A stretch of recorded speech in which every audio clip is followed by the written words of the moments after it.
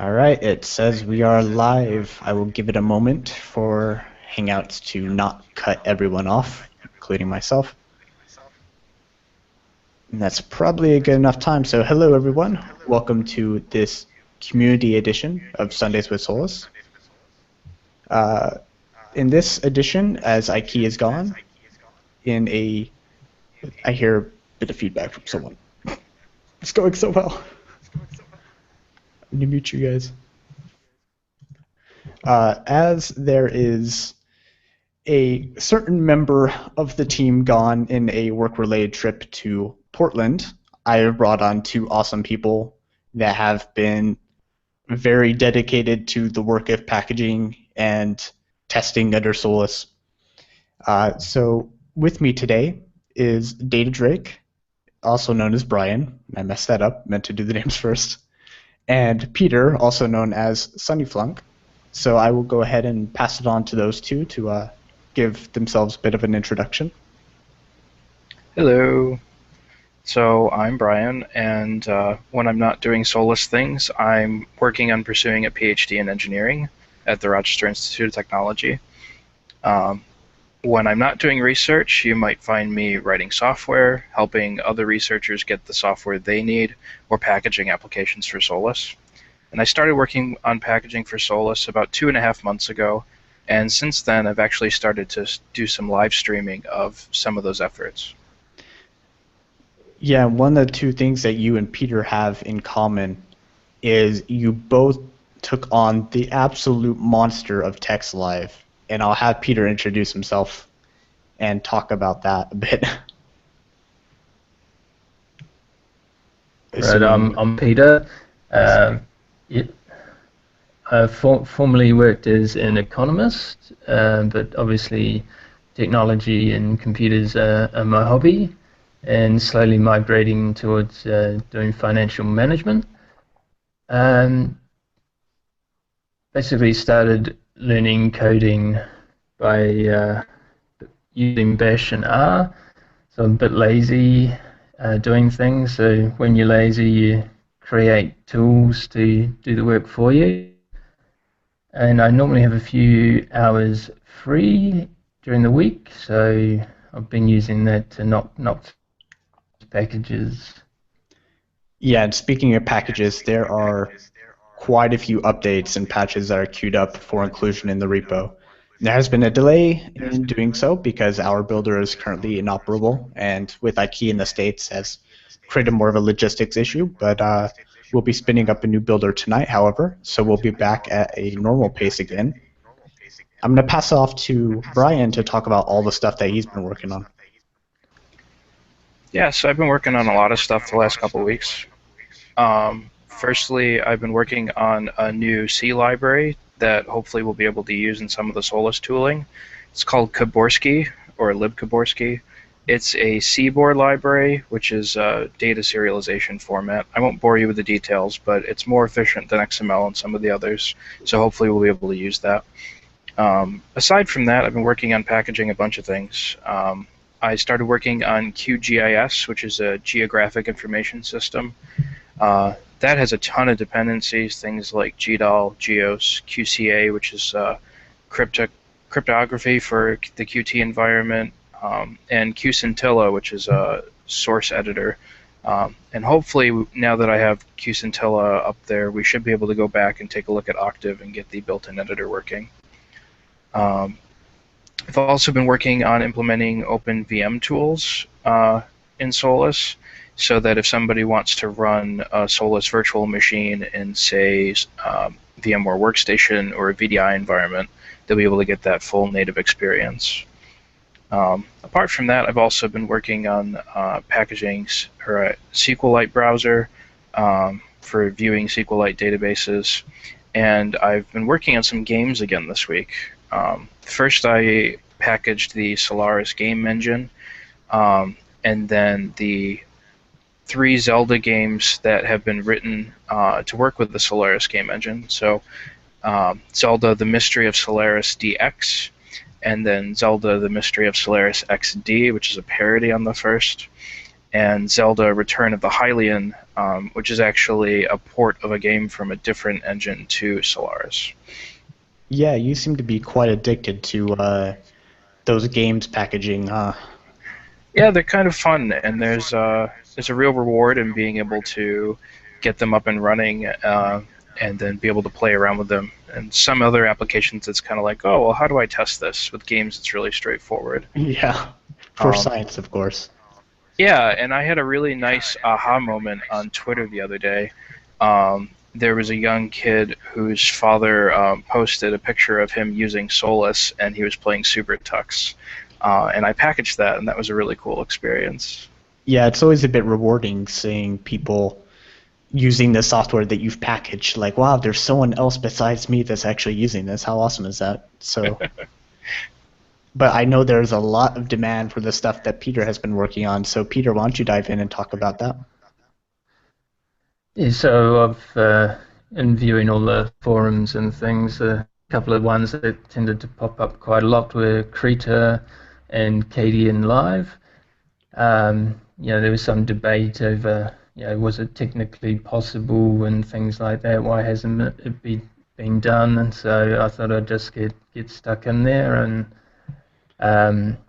I was one thing I was trying to do is, improve my work ethic. So I decided this was a reasonably big task that I could just dive in and just focus on doing this and nut it out over a day. And Krita was not too bad. It only had about 10 of the KDE libraries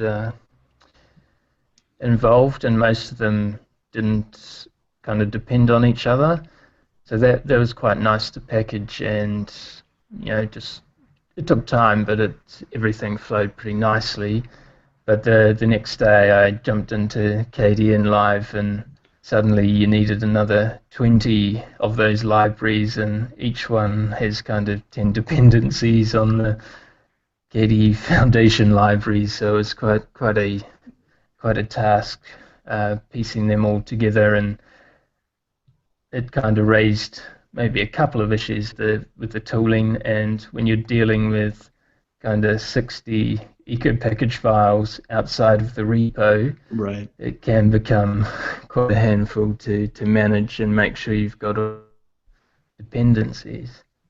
Yeah, and to put it into perspective, I believe Krita is the first bug that I moved over. I think it might be bug number 1, or one of the first maybe 5 or something, that was on our old Bugzilla that we transitioned over from, I believe, Krita being requested on our old GitHub. So I mean, that has been something that has been sitting around for a while that no one on the core team has been wanting to touch, because it's like we really, really don't want to deal with anything KDE related. So the fact that all of that has been packaged is just awesome. So what else have you been working on?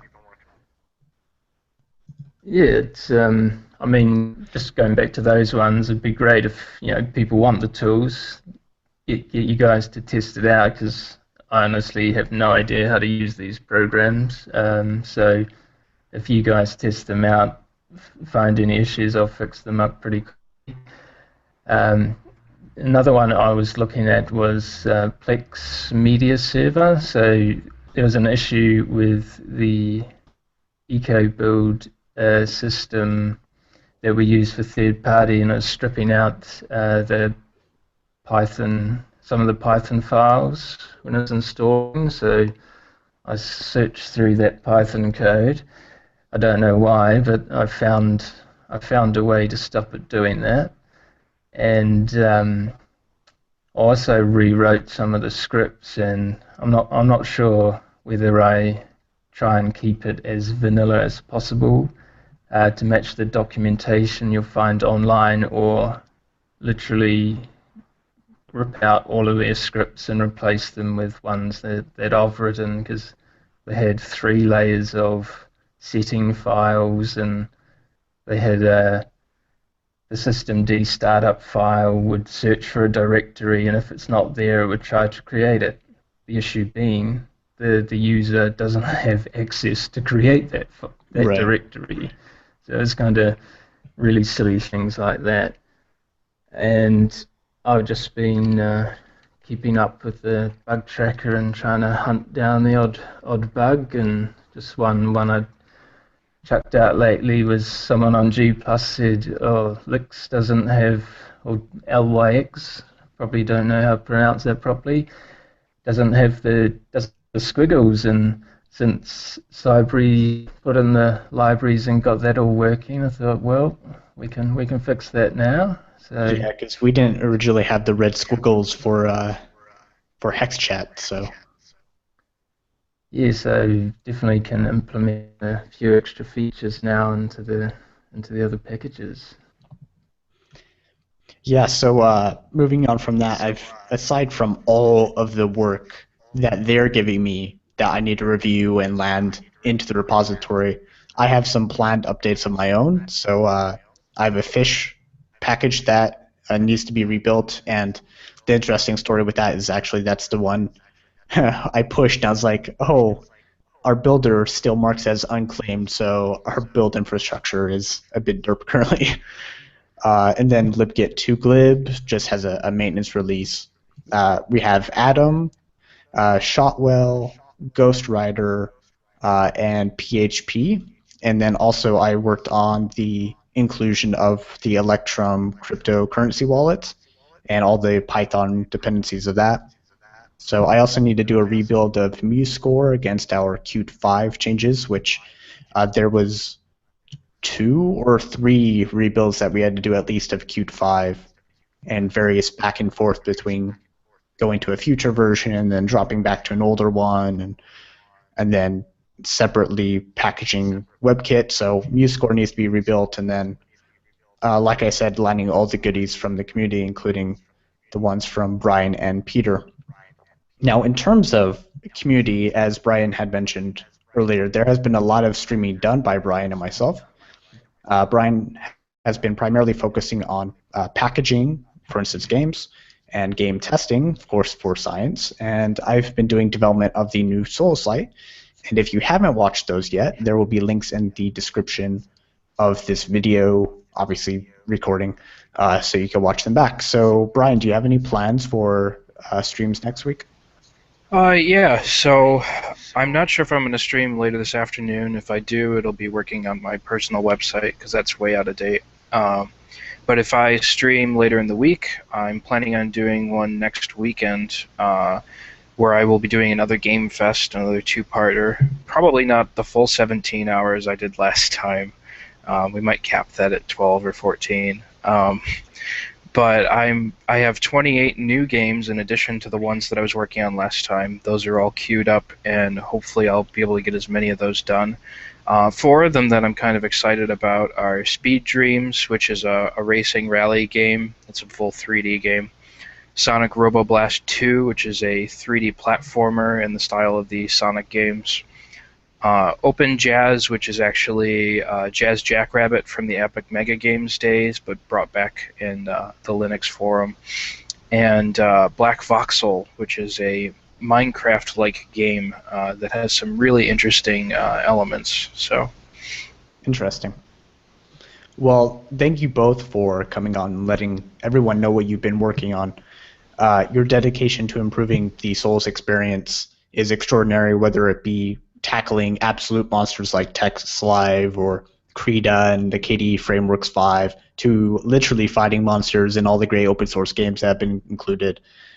So the next stream is going to be on the 4th of September, and as we get closer to said date, we'll be able to elaborate on a particular time.